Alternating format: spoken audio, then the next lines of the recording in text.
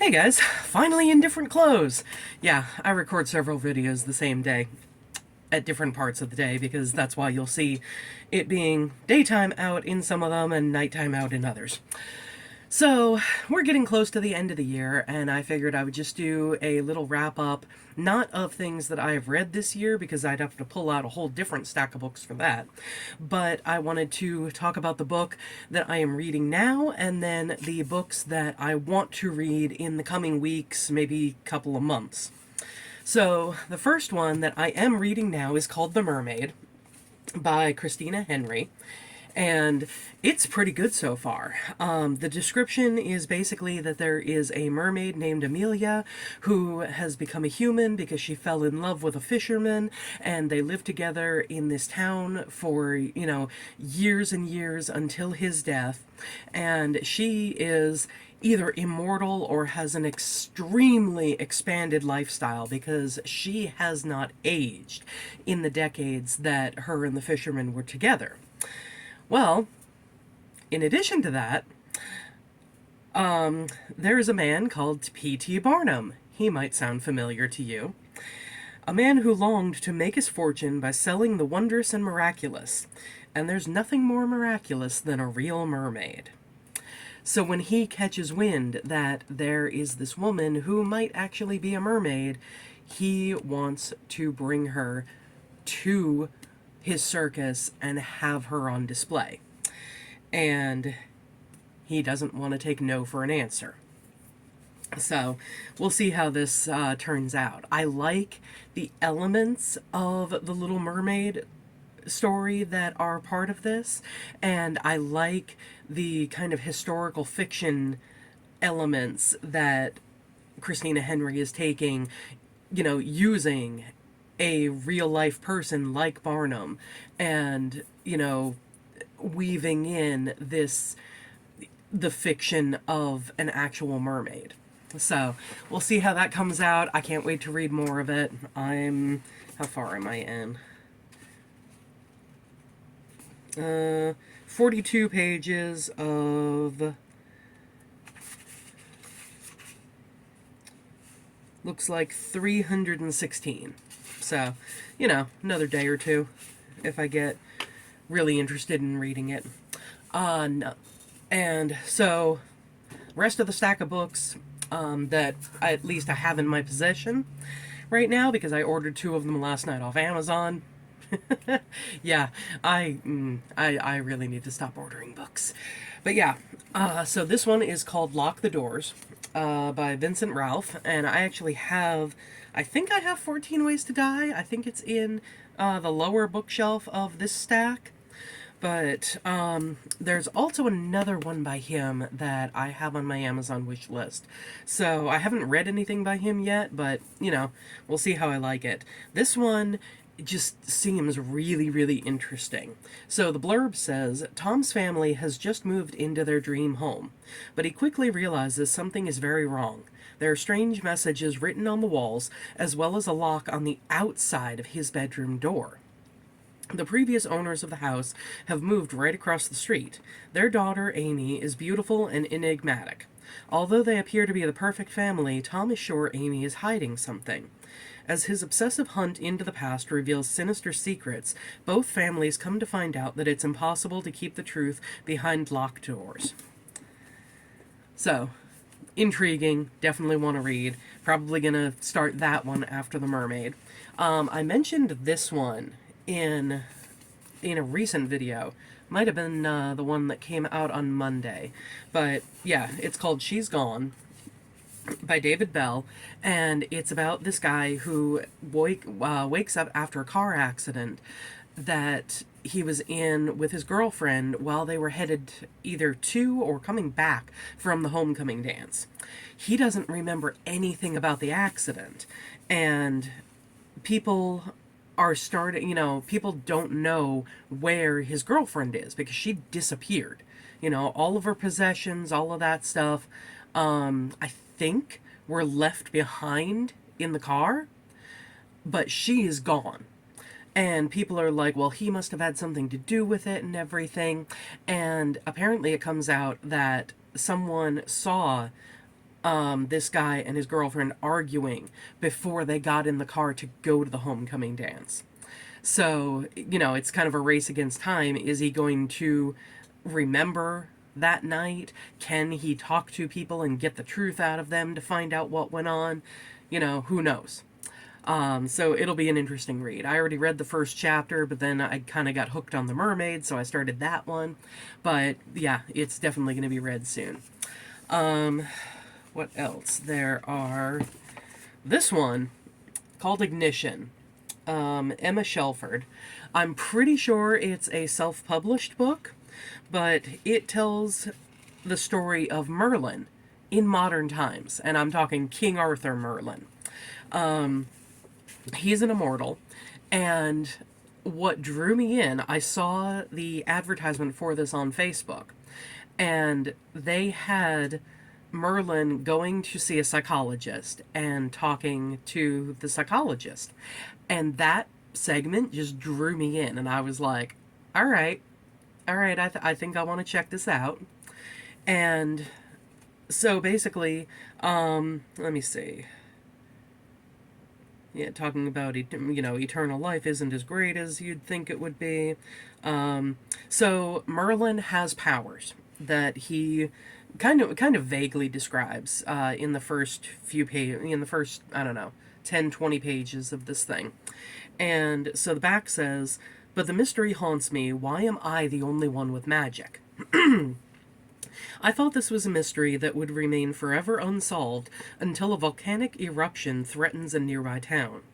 At first, I didn't care about the looming disaster. After living through the Black Plague, other death tolls seem insignificant. But it's not natural. Someone with abilities like mine is forcing this disaster. If I can figure out what's causing this eruption, I might finally discover why I'm different. So, it almost reminds me of Highlander. The idea of immortals finding one another, and I don't know. It just gives me that kind of feeling of like, oh, there's another immortal out there. He and Merlin are going to have to battle. There's going to have to be a way to, kill one or the other of them. And obviously it's not going to be Merlin because there are like 8 books in this series. So we'll see how I like this one. I don't know. I might like it. I might wind up being meh with it. I might wind up, disliking it to the point that I donate it. Who knows? We'll find out. Watching from the Dark. Githa Lodge. Gaitha? I don't know how to pronounce it. I hope I'm undoubtedly saying it wrong one way or the other. But yeah, that is her name. I read one book by her that I think is in this bookcase. I think it's up on the top shelf, maybe. I don't remember the name of it, but it was good. Like, it surprised me with how much it drew me in, and I wanted to read what happened with it. So I was like, you know what? Watching from the Dark seems like a mystery, suspense, thriller kind of thing. Why not? Let me see. So, oh, here we go. Aidan Poole logs onto his laptop late at night to Skype his girlfriend Zoe. To his horror, he realizes that there is someone else in her flat. Aidan is helpless as he witnesses a violent attack, one that ends in silence. Aidan is desperate to help Zoe, but strangely reluctant to call the police. When Aidan's cryptic messages finally reach him, Detective Chief Inspector Jonah Sheens and his team find Zoe dead. They soon discover that Zoe was a big-hearted young artist at the center of a curious web of waifs and strays. Each of them had a dark secret and buried resentments. Has one of her so-called friends been driven to murder? Or does Aidan have the biggest secret of them all? So yeah, that was definitely an intriguing blurb for me. This is another one. It says Tell Me Everything by Cambria Brockman. And it seems to be about basically a group of college friends. And, you've got the stereotypical kind of group. John, a tall, handsome, wealthy New Englander. Max, who is John's cousin, a shy pre-med major. Khalid, a wisecracking prince from Abu Dhabi. I hope I'm pronouncing Khalid correctly. I'm not sure. I'm sorry if I'm not. And Ruby, a beautiful art history major. And then, of course, but Malin isn't like her friends. She's an expert at hiding her troubled past. She acts as if she shares the preoccupations of those around her, dating, partying, all while using her extraordinary insight to detect their deepest vulnerabilities and weaknesses. So, yeah, it seems kind of like, I don't know about dark academia. I don't know if that is a correct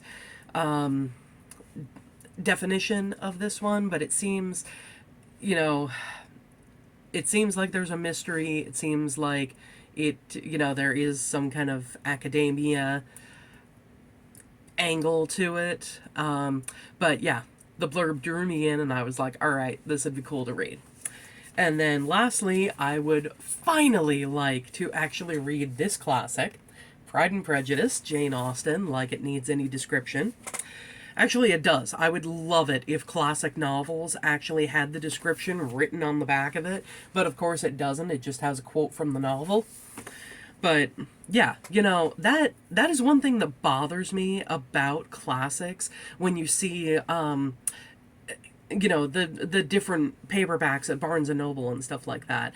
They never have a description of the novel on the back of it. It's just apparently universally accepted that everybody knows what Pride and Prejudice is about, what Persuasion is about, what Frankenstein is about, all these different things. And it's like, yes, some of them you can be like, okay, yeah, I basically know the plot. The movies have been around for 100 years. And I mean, the books themselves have been around for over 100 years in a lot of cases. But at the same time, for anybody who hasn't read Frankenstein, if you're looking at the movies and you think you understand the plot of the book, you do not. Let me tell you, you absolutely do not.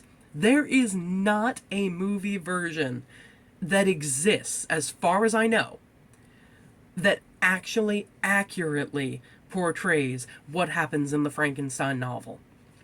Because I mean, this is more just a personal pet peeve, and okay, well, that's just one aspect thing, but Igor, however you want to pronounce it, I can't remember which way it's pronounced, that he insists is pronounced in Young Frankenstein. Anyway, he doesn't exist in the novel. And let me tell you, before I kind of read Frankenstein, before I had Frankenstein to read in one of the classes at college that I took, I had no idea that this was not a character in the book. Anyway, rant over. I would love to read Pride and Prejudice because I do love what I have heard about the characters in the different adaptations and, comparing different movie adaptations to the books and stuff like that. And lastly, I mean, I'm probably not going to read this again. I'd like to at some point, but it's not going to be within the next couple of months. But I just have to brag a little bit because somebody that I know got me this as a late birthday gift and gave it to me when I saw her at New York Comic Con. And it is an illustrated version of The Princess Bride. And I mean, this book is just gorgeous. Like, let me show this. How freaking beautiful is that? And then throughout it, it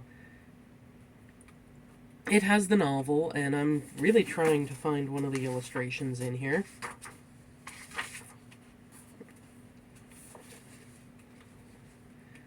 Let me get, okay, here's one of them.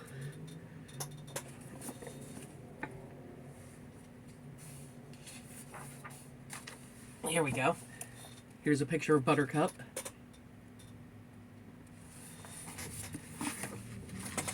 And I know there was a picture of Inigo in here somewhere. I don't know where. Oh, this is probably him.